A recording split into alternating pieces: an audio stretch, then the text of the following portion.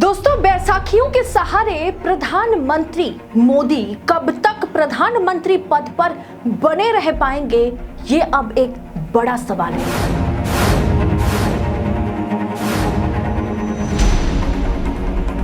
लोकसभा चुनाव में नारा तो उन्होंने 400 पार का दिया था, पर जनता ने साहिब के अकड़ को ठिकाने लगा दिया था। उनके 400 पार के नारे को जमीनी हकीकत दिखाई गई थी और अब उनके हर एक साथी उन्हें लाल आंखें दिखाने से बाज नहीं आ रहे हैं। दोस्तों, नीतीश कुमार इंडिया गठबंधन में शामिल होंगे या नहीं होंगे, इन तमाम अटकलों के बीच और अब जेडीयू ने जंग छेड़ दी। जी हां, नीतीश कुमार की पार्टी ने साफ तौर पर एक देश एक चुनाव पर बड़ा सवाल पैदा कर दिया है। हो सकता है कि एक देश एक चुनाव के चलते अब नीतीश कुमार की पार्टी बैकफुट पर चले जाए और नीतीश कुमार एनडीए से अलग हो जाए, क्योंकि एक देश एक चुनाव कराने की मंशा पर जिस तरीके से सत्तारूढ़ बीजेपी सरकार आगे बढ़ रही है, उसके चलते जेडीयू को या नीतीश कुमार की पार्टी को या उनकी सरकार को सबसे बड़ा नुकसान उठाना पड़ेगा। दोस्तों, साहिब की गाड़ी 240 सीटों पर अटक गई और बैसाखियों के सहारे मोदी जी को प्रधानमंत्री बनाया गया, पर अब वो वाली बात नहीं रह गई कि जो मन में आता है साहिब वो कर सकते हैं। हमने देखा था किस तरीके से एक देश एक चुनाव समेत तमाम बिलों पर सरकार को बैकफुट पर जाना पड़ा था। विपक्ष के सांसदों को सस्पेंड करने के तमाम बिल डिबेट के दौरान पास करने की कोशिश की गई थी, जिस पर अब सरकार को बैकफुट पर आना पड़ रहा है। साहिब का ये कार्यकाल दोस्तों मुश्किल में घिरता हुआ दिखाई दे रहा है, क्योंकि एनडीए के घटक दल ही साहिब को लाल आंखें दिखाने लग गए। दोस्तों, जब एक देश एक चुनाव का बिल सदन में रखा गया था तो व्हिप जारी करके यानी पहले से बतला दिया गया था कि इस पर चर्चा होनी है, इस पर वोटिंग होनी है, तो सभी सांसदों को पार्लियामेंट में मौजूद रहना है। उसके बावजूद भी भारतीय जनता पार्टी और घटक दल दोनों से जुड़े हुए तमाम सांसद, करीब करीब 20 सांसद जो है वोटिंग करने से या उस दिन पार्लियामेंट में प्रेजेंट ही नहीं रहे। Some breaking news now coming in, and the BJP will be sending notices to those members of parliament who were not present today in the वो पार्लियामेंट पहुंचे ही नहीं व्हिप जारी करने के बावजूद भी। और एक देश एक चुनाव पर विपक्ष के आगे सत्ता पक्ष को हार माननी पड़ गई। दोस्तों, ये जो मामला है ना, ये वन नेशन वन इलेक्शन से जुड़ा हुआ है, क्योंकि इस पर जॉइंट पार्लियामेंट्री कमेटी में बैठकें जारी है, इस पर बातचीत हो रही है। साहिब ने यह बिल ला करके अपने ही पैर पर कुल्हाड़ी तो मार नहीं ली, ये सवाल अब क्यों उठ रहा है? दोस्तों, एनडीए के किस घटक दल ने तेवर दिखाए, शक्ति दिखाई और साफ तौर पर मोदी को लाल आंखें दिखा रही है? कौन सी पार्टी मैं बताऊंगी, जिसमें माना जा रहा है कि जेडीयू सबसे आगे है।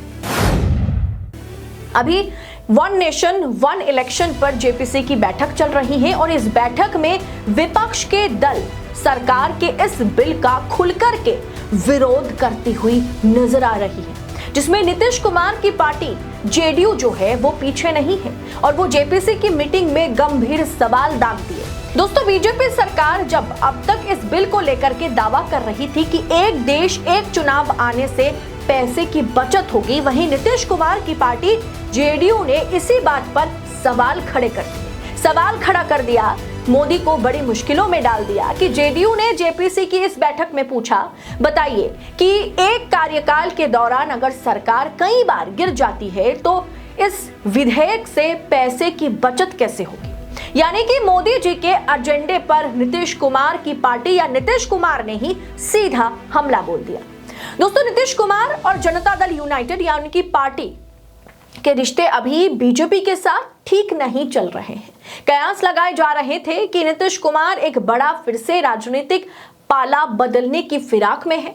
क्या जेडीयू द्वारा उठाए गए सवाल इसी कड़ी से मिलकर के देखे जाने चाहिए कि जेडीयू और बीजेपी के बीच खराब होते रिश्ते अब सबके सामने आने लगा है और उसी के चलते अब एक देश एक चुनाव वन नेशन वन इलेक्शन को लेकर के दोनों पार्टियों के बीच मतविरोध जो है होने लगा है। अमित शाह ने जब से एक इंटरव्यू में कहा है कि बिहार का मुख्यमंत्री कौन होगा ये संसदीय कमेटी तय करेगी, ये हमारे पास इसका ऑप्शन नहीं है, हम अभी ये इंटरव्यू में नहीं बोल सकते कि नीतीश कुमार के चेहरे पर एक चुनाव लड़ा जाएगा या उन्हें सीएम कैंडिडेट हम घोषित करते हैं। तब से ये बात सबको समझ में आने लगी है, इस राजनीति को हर कोई समझ चुका है कि जेडीयू और बीजेपी में कुछ भी ठीक नहीं है और नीतीश कुमार को निपटाने की पूरी कोशिश बीजेपी आलाकमान कर रहे हैं।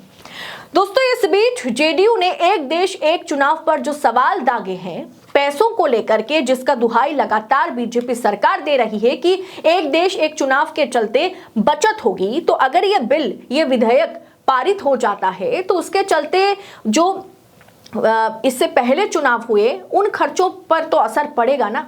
अगर 2 साल पहले चुनाव हुआ और एक देश एक चुनाव के चलते अभी फिर से बिहार में चुनाव होता है, मानिए बिहार में फिर से चुनाव होता है, तो ये सिर्फ 2 साल के लिए, 2 साल या 3 साल के व्यवधान में फिर से चुनाव होना, बार बार चुनाव होना, क्या ये पैसों पर असर नहीं डालेगा?